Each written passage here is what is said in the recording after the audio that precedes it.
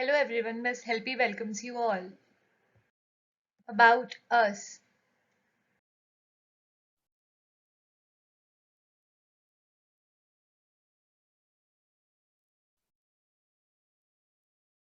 Now, nationalism in India. Okay, nationalism in India is the topic, okay, which is very important from your class 10 history, okay, that I'll be dealing here.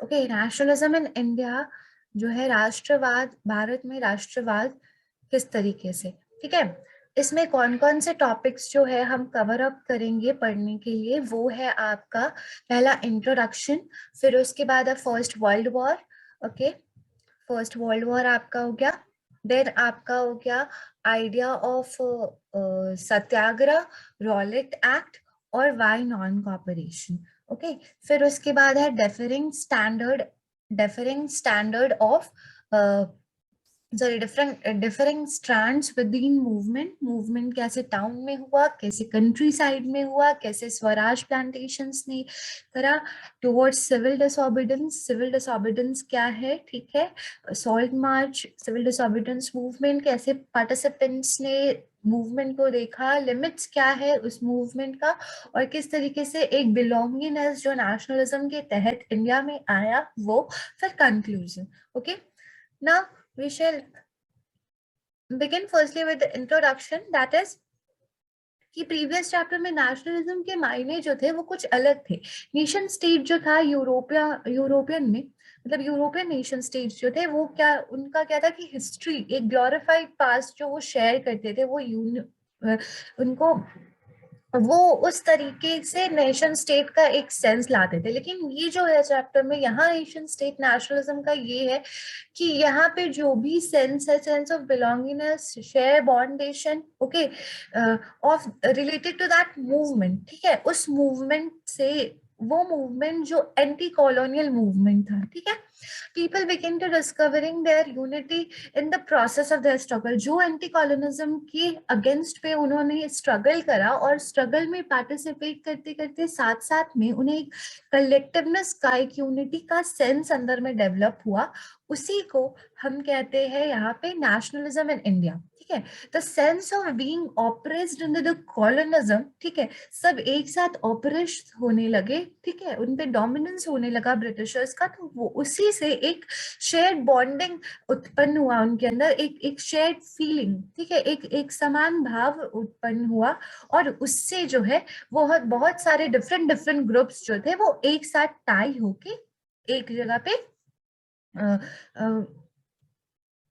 मतलब movement को आगे बढ़ाए, ठीक है, और इस तरीके से उनको एक नेशनलिज्म का फीलिंग आया। नेशनलिज्म बेसिकली जो है वो एक फीलिंग है, collective belonging among the people, ठीक है, जो टाइम टू टाइम डेवलप किया, और एक common identity and shared history उसके साथ, ठीक है। नेशनलिज्म जो है वो इंडिया की कनेक्टेड है एंटी कॉलोनियल मूवमेंट से। सारे क्लासेस और सारे ग्रुप्स के लिए नेशनलिज्म के मायने जो थे वो बहुत अलग अलग थे, ठीक है। कुछ क्लास जो है ये सोचता था कि उनके लिए बहुत अच्छा है ब्रिटिशर्स, ठीक है, जैसे कि जमींदार एंड ऑल, लेकिन जो पुअर टेनेट्स थे, पुअर पीजेंट्स थे, उनके लिए बहुत ज्यादा था, उनसे टैक्स लिया जाता था, उनको बहुत सारा अलग अलग तरीके से उनका शोषण किया जाता था। कांग्रेस महात्मा गांधी के नेतृत्व में बहुत सारे ग्रुप्स को एक साथ लाया मूवमेंट में पार्टिसिपेट करने के लिए। इंडियन नेशनलिज्म का 3 फेज है, मॉडरेट, एक्सट्रीमिस्ट, गांधीयन, जिनका ईयर्स आप देख सकते हो ऑन योर स्क्रीन। आईएनसी जो है वो फर्स्ट पैन इंडिया पार्टी थी, pan India means all over India की, संपूर्ण भारतवर्ष की पहली पार्टी थी, ठीक है, आईएनसी, इंडियन नेशनल कांग्रेस, जो कि 28 दिसंबर 1885 में बॉम्बे में मीटअप हुआ 72 डेलीगेट्स के साथ। नारोजी जो थे एक बिजनेसमैन, ओके, वो लंदन में रहते थे और पब्लिसिस्ट भी थे, लोगों के बीच में भी रहते थे, लोगों की बातें सुनते थे, समझते थे। तो उन्होंने यंग नेशनलिस्ट को, जैसे गांधी हो गए, तो उनको गाइड करा आईएनसी बनाने को। एक रिटायर्ड ब्रिटिश ऑफिशियल एओ ह्यूमे ने भी बहुत बड़ा रोल निभाया इंडियंस को बहुत सारे रीजन से एक साथ लाने का। फर्स्ट वर्ल्ड वॉर जो होता है एक इंसिडेंट जो 28 जुलाई 1914 से लेके 11 नवंबर 1918 तक चलता है, ठीक है, ये भी एक बहुत बड़ा इनका भी बहुत एक इफेक्ट है, ठीक है, इंडियन इंडियन परव्यू में। ओके, तो फर्स्ट वर्ल्ड वॉर जो हुआ, उनका टॉप 5 काउजेस था मिलिट्रिज्म, अलायंसेस, नेशनलिज्म, इम्पेरियलिज्म और एसिनेशन। ओके, सबके बारे में आप पढ़ोगे, मैंने बहुत शॉर्ट में यहाँ पे है। और effects of world war first का इफेक्ट ये था कि ऑल द इंडिया जो है वो डायरेक्टली इन्वॉल्व नहीं था, ठीक है, डायरेक्टली इन्वॉल्व नहीं था फर्स्ट वर्ल्ड वॉर में। वो इन्वॉल्वमेंट उसका इंग्लैंड की तरफ से था, क्योंकि वो ब्रिटिश कॉलोनी था, ठीक है, तो कॉलोनी था। तो वहां पे से जो भी चीजें होती थी कि वॉर में ये चाहिए, ऐसे चाहिए, लोन्स चाहिए, एक्सपेंडिचर चाहिए, बहुत सारी चीज, तो ये सब चीज ना इंडियन मार्केट को फेस करना पड़ता था। ओके, और इस तरीके से रूरल एरियाज में के जो लोग थे वो फोर्सिबली रिक्रूट होते थे एज अ आर्मी, और ब्रिटिशर्स के बिहाफ में जाके फर्स्ट वर्ल्ड वॉर में पार्टिसिपेट करते थे, लड़ते थे, ठीक है। और बहुत सारी चीजें उस वक्त थी, जैसे कि शॉर्टेज ऑफ फूड जो था, जो उनको ढकेल रहा था उन सब चीजों में पार्टिसिपेट करने के लिए। इन्फ्लुएंजा थी, एपिडेमिक आ गया था, और बहुत सारे लोग जो है 1921 के सेंसस के अकॉर्डिंग 120 लाख से लेके 130 लाख तक लोग जो है वो फेमाइन और एपिडेमिक से मर रहे थे। बहुत सारा ये आफ्टरमैथ, ये एक बहुत अलग न्यू इकोनॉमिक सिचुएशन लाया, क्योंकि यूएस और जापान और क्या कहते हैं जर्मनी जैसे जो कंपनीज थी, मतलब जर्मनी जैसे जो कंट्रीज थी, सॉरी कंट्रीज थी, ये सारे जो है बहुत आगे निकल गए थे, और इससे कम्पीट नहीं कर पा रहा था ब्रिटेन, ठीक है। और तभी इमर्ज हुआ इंडिया, ठीक है, इंडिया का लोकल इंडस्ट्री, और धीरे धीरे वो डोमेस्टिक मार्केट में अपना पोजीशन ऑक्यूपाई किया, और इस तरीके से बहुत सारी अलग अलग चीजें हुई, नई इकोनॉमिक सिचुएशंस बनी, ठीक है, जो इंडियन मील्स को इन द डोमेस्टिक मार्केट बहुत ही बेनिफिट करा। ओके, ना गांधी जी का एक brief introduction I give you, ये आप देख सकते हो, ठीक है, क्या नेम था, place of birth, that everything you know about him, but फिर भी ये एक ब्रीफ है। और महात्मा गांधी साउथ अफ्रीका में मई 1893 में वो साउथ अफ्रीका गए, ठीक है, एज अ लॉयर, और उन्होंने वहां पे रेशियल डिस्क्रिमिनेशन, जो रंग पे भेदभाव होता है, वो फेस करा। 22 में 1894 गांधी ने नेशनल इंडियन कांग्रेस एनआईसी को एस्टैब्लिश करा। ओके, और वो ही was influenced by the idea of satyagraha, ठीक है, satyagraha basically he was devoted fully towards the truth, ठीक है। 1906 वो इम्प्लीमेंट किए नॉन वायलेंट प्रोटेस्ट किस तरीके से होता है। 9 जनवरी 1915 को वो इंडिया रिटर्न किए साउथ अफ्रीका से, तो उन्होंने मतलब गांधी जी ने आईएनसी ज्वाइन करी, और 1912 में गोखले जो है वो साउथ अफ्रीका गए थे on the invitation of Gandhi ji. और गांधी जी अपने ऑटोबायोग्राफी में गोखले को अपने मेंटर और गाइड बताते हैं। सत्याग्रह का मीनिंग क्या था? गांधी जी का एक यूनिक मेथड था कि जिससे वो क्या करते थे ना, अपने लोगों को मतलब मूवमेंट में पार्टिसिपेट करने के लिए इंस्पायर करते थे, और कहते थे कि उनका जो मोटिव होगा, ठीक है, वो अगर ट्रुथ होगा, ठीक है, और वो अगर राइट मोटिव के लिए लड़ रहे होंगे, ठीक है, और उनके प्रिंसिपल्स भी जो है वो बिल्कुल सही होंगे, तो कोई भी ताकत उनको नहीं रोक सकती है कि कोई भी, जैसे जो भी प्रताड़ित लोग हैं या ऑपरेसर्स लोग हैं, उनके स्ट्रेंथ के लिए फाइट करने में, ठीक है। गांधी जी बिलीव कि सत्याग्रही जो है वो अपनी बैटल्स को नॉन वायलेंस ही बेसिस पे जीत सकते हैं। ओके, ना महात्मा गांधी का आइडिया ऑफ सत्याग्रह क्या था? महात्मा गांधी इंडिया रिटर्न करे 1915 में साउथ अफ्रीका से, और उनका नोवेल मेथड जो था मास मूवमेंट का, वो सत्याग्रह था। सत्याग्रह बेसिकली एम्फसाइज करता था ट्रुथ पे।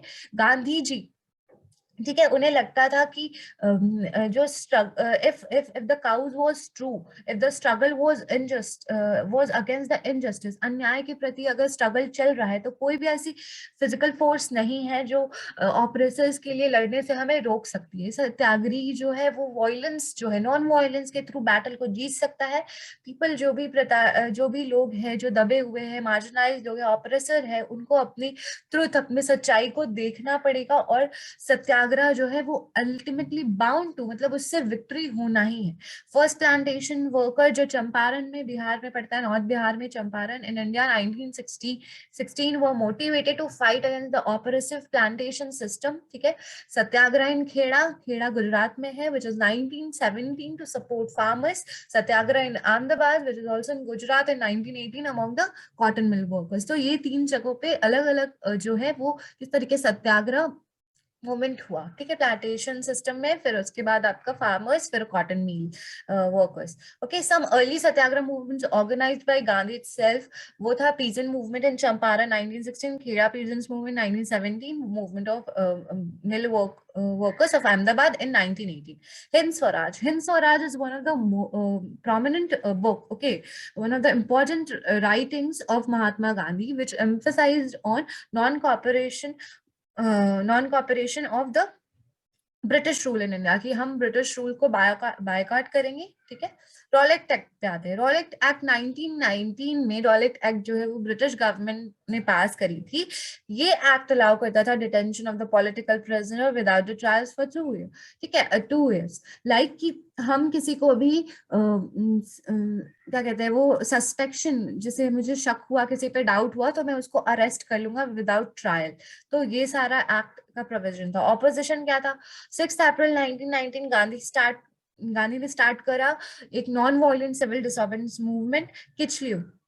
किचलियो was arrested with Gandhi, doctor Satyapal and Kitchlew, ठीक है, ये दोनों प्रोटेस्टर थे पंजाब में, ठीक है, और अगेंस्ट द लेजिस्लेशन जो भी ब्रिटिशर्स के तरफ से था। तो शॉप वर क्लोज डाउन, रैलीज जो है वो ऑर्गेनाइज हुई थी, रेल वर्कशॉप्स जो है वो सब लोग स्ट्राइक पे चले गए थे। और 10th अप्रैल, ठीक है, 10th अप्रैल 1919 को मार्शल लॉ वाज इम्पोज, ठीक है, और मार्शल लॉ इम्पोज हो गया और किसी को भी घर से निकलना अलाउड नहीं था।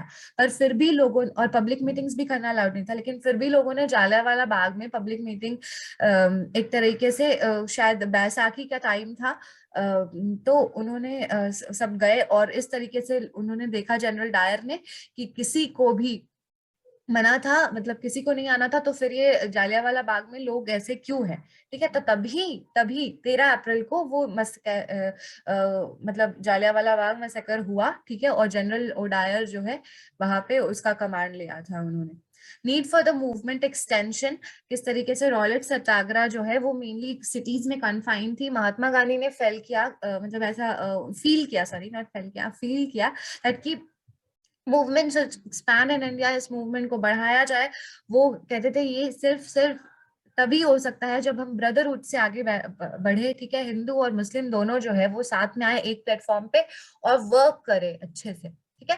फिर जालियांवाला बाग में से हुआ, ओके, बहुत लार्ज क्राउड वहां पे गैदर हो गई in the ground of Jallianwala Bagh. वहां पे लोग पीपल थे वहां पे, वो प्रोटेस्ट करने लगे कि किस तरीके से ऐसे लोग कर सकते हैं, कोई भी गवर्नमेंट है बिना ट्रायल के, या फिर कोई भी मार्शल लॉ अचानक से कैसे लगा सकता है। बहुत सारी जो कंप्लेंट्स थी वो सब डिस्कस कर रहे थे और बैसाखी फेयर अटेंड कर रहे थे। जनरल डायर उस एरिया में एंटर करे और एग्जिट पॉइंट को ब्लॉक कर दिया और ओपन फायर कर दिया, बच्चे बूढ़े एवरीवन, कितने सारे तो वहां पे आदमी जो है वो कुएं में कूद गए, वहां पे एक वेल था उसमें कूद गए। तो बहुत सारी, बहुत ज्यादा, वो एक तरह का जीनोसाइड हो गया वहां पे, कत्लेआम यकीन से।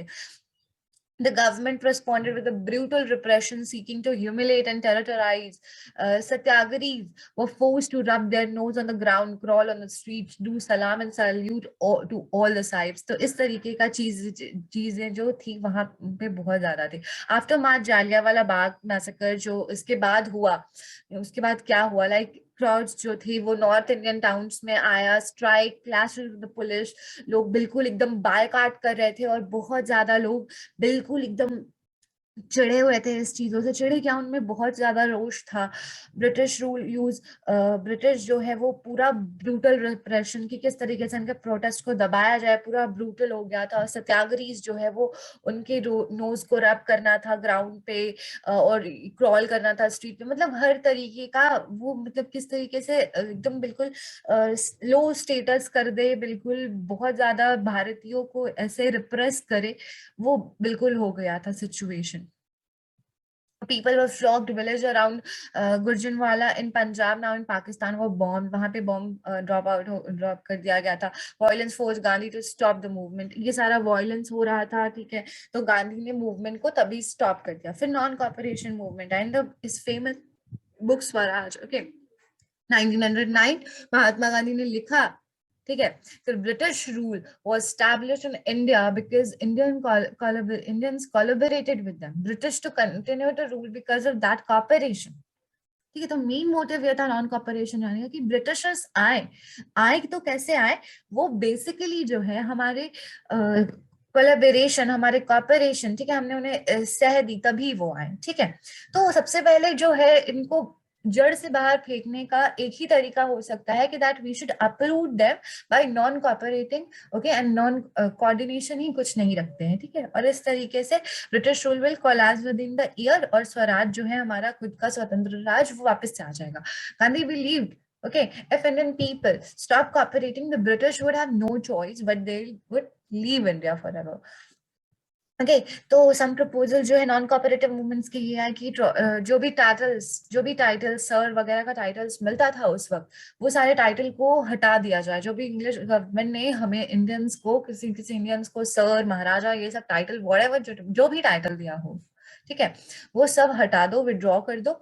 और सेकंड, फिर उसके बाद करो boycott of civil service, army, police, courts, legislative council, school, जितना भी उन्होंने लाया है, ठीक है, ब्यूरोक्रेसी हो गया, आर्मी, मिलिटरिज्म, पुलिस सर्विस, कुछ भी, सबको बाइकआउट करो. फॉरेन गुड्स को मत लो, ठीक है.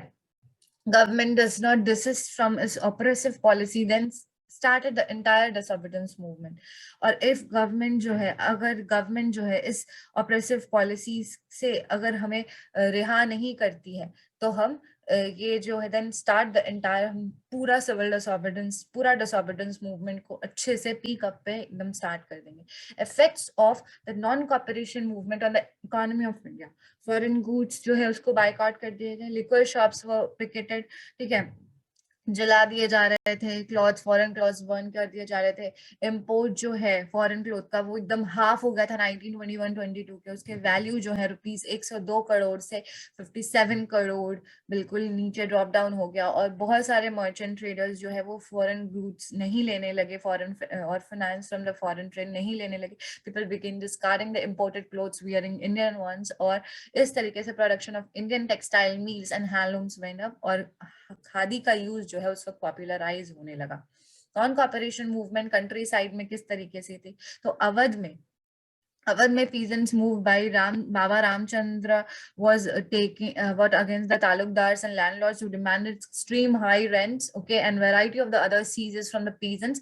Peasants were forced to work in the landlords farms without any payment, ठीक है, बेगार करना पड़ता था, यानी बिना पेमेंट का काम करते रहो, दैट इज कॉल्ड बेगारी और बेगार.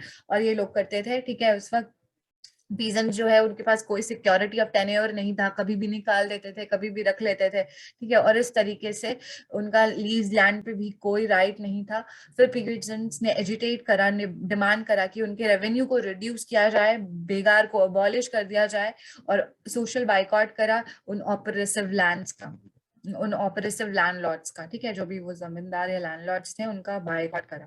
फिर उसके बाद गुंडेम हिल्स आंध्र प्रदेश में एक गुरिल्ला वॉर हो गया है, मिलिटेंट गुरिल्ला, ठीक है, मूवमेंट जो 1920 के अर्ली में हुआ था, जिसमें फॉरेस्ट को बंद कर दीजिए फॉर द कॉलोनियल गवर्नमेंट. कोई भी ब्रिटिश गवर्नमेंट जो है वो जो फॉरेस्ट प्रॉपर्टीज होती है हमारी, फॉरेस्ट में जो इतने भी चीज होते हैं, अलग अलग वनस्पतियां होती हैं, मेरे जो भी टिम्बर एंड ऑल, जो भी फॉरेस्ट के रिसोर्सेज होते हैं, उन पर उनका राइट्स नहीं होना चाहिए.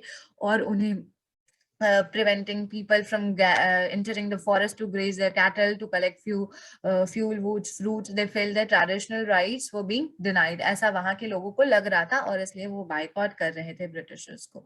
For the plantation worker in Assam, Assam में ये हुआ कि फ्रीडम का मतलब ये right to move freely in and out to the confined space in which they were enclosed. Plantation worker, आपको बस यहीं पे रहना है, you can't move here and there, आपको इस प्लेस से उस प्लेस नहीं जाना है. तो उन्हें राइट टू मूव चाहिए था कि वो किसी भी पार्ट ऑफ द कंट्री में जा सके, ठीक है.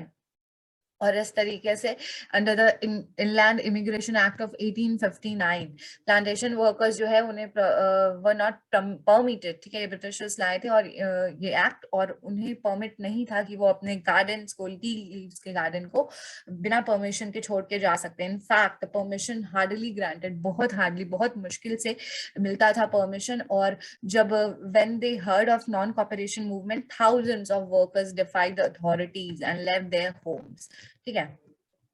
तो नॉन कॉपरेशन मूवमेंट जैसे ही आया फॉर्म में, तो लोग बोले कि अब परमिशन मिले चाहे ना मिले, हम तो ऐसे छोड़ के निकल जाएंगे भाई। Slowing down of the non cooperation movement, किस तरीके से मूवमेंट जो है वो सिटीज में स्लो डाउन हुआ, ठीक है। खादी क्लोथ जो है वो बहुत एक्सपेंसिव हो गए थे, ठीक है। नॉन कॉपरेशन के साथ ये सारी चीजें तो आई, लेकिन हुआ क्या ना कि खादी क्लोथ जो है वो बहुत ज्यादा एक्सपेंसिव होने लगा, तो पुअर पीपल उसको अफोर्ड नहीं कर सकते थे, और उसके मामले में ब्रिटिशर्स वाले जो क्लोथ्स थे वो थोड़ा चीप रेट पे थे। तो इस तरीके से बहुत लोग अफोर्ड नहीं कर पाए थे। अल्टरनेटिव इंडियन इंस्टीट्यूशन जो थे वो बिल्कुल नॉट देयर, वहाँ पे ऑल्टरनेटिव कोई इंस्टीट्यूशन नहीं था जिससे लोग जा सके, वहाँ पे पढ़ लिख सके। तो वहाँ पे फिर ब्रिटिशर्स लोग का बनाया इंस्टीट्यूट जो है वो यूज होने लगा ऑलरेडी, मतलब क्योंकि उनके पास कोई चारा ही नहीं था, इंडियन में कोई इंस्टीट्यूशन था ही नहीं। So students and teachers began trickling back to the government schools and lawyers join back to the government courts. So इस तरीके से जो भी सर्विसेज में बाइकआउट हुए थे वो भी लोग वापस से अपना ऑफिस जाने लगे, बोले कि छोड़ो यार ये सब चीज, मूवमेंट एंड ऑल, सब वापस से ऑफिस वगैरह जाने लगे। इस तरीके से स्लो डाउन हो गया सिटी में इस नॉन कॉपरेशन का। फिर आया खिलाफत मूवमेंट। रॉयलिस्ट सत्याग्रह जो है वो वाइड स्प्रेड मूवमेंट था और it was still limited mostly to the cities and town, okay. Mahatma Gandhi now felt that need to launch more broad based movement, एक और बड़ा सा मूवमेंट हम लॉन्च करेंगे। तो वहां पे उन्होंने ही वॉज सर्टेन दैट कि कोई भी ऐसा मूवमेंट नहीं है, ठीक है, जो हम कर सकते हैं बिना हिंदू मुस्लिम को एक साथ लाए हुए, ठीक है।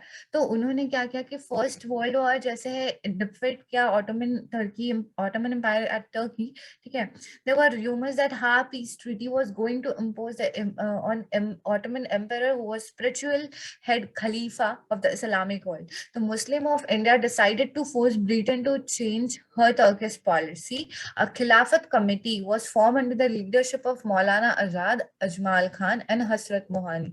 A young generation of Muslim leaders, like brother of Muhammad Ali and Saqat Ali, began discussing with the Mahatma Gandhi about the possibility of the united mass action on the issue कि किस तरीके से हिंदू मुस्लिम एक साथ unite होके इस policy, Turkish policy के खिलाफ, ठीक है, अपना खिलाफत मूवमेंट चला सकते हैं। Differing stand to the movement, किस तरीके से मूवमेंट के साथ अलग अलग चीजें जुड़ी हुई थी। Rebellion in the countryside मतलब side of the cities rebel हो रहा था from the cities, non cooperation spread to the country side.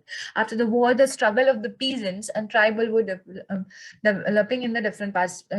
Peasants और tribals वो सारे के भी अलग अलग जो हैं वो भी एजिटेट करने के लिए तैयार हो रहे थे। एक मूवमेंट जो थी वो तालुकदार्स और लैंडलॉर्ड्स के अगेंस्ट थी, जो पीजेंट्स को उसके हाई रेंट्स के लिए परेशान करते थे। पीजेंट्स को बेगार करना पड़ता था वो, तो उसके ऑपरेशन और उसको अबॉलिश करने के लिए भी एक मूवमेंट थी। और किसान सभा जो है वहां पे एक सभा बुलाई गई, जवाहरलाल नेहरू और कुछ लोग और भी, 300 ब्रांचेस विलेज में सेटअप हुई, ठीक है, किसानों के हित के लिए, ठीक है। ट्राइबल पीजन जो है उन्होंने इंटरप्रेट करा message to the Mahatma Gandhi और idea of the Swaraj in at another way, ठीक है। ट्राइबल पीजन्स के लिए भी इस वक्त मूवमेंट चल रही थी।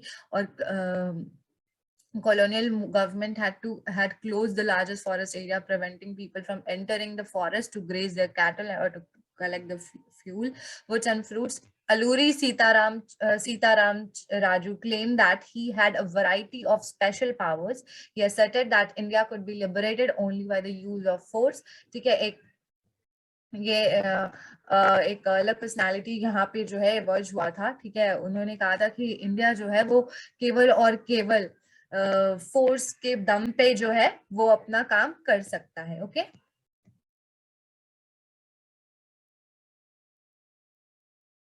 Thank you all of you. Kindly like, share and subscribe Miss Helpy. Bye bye.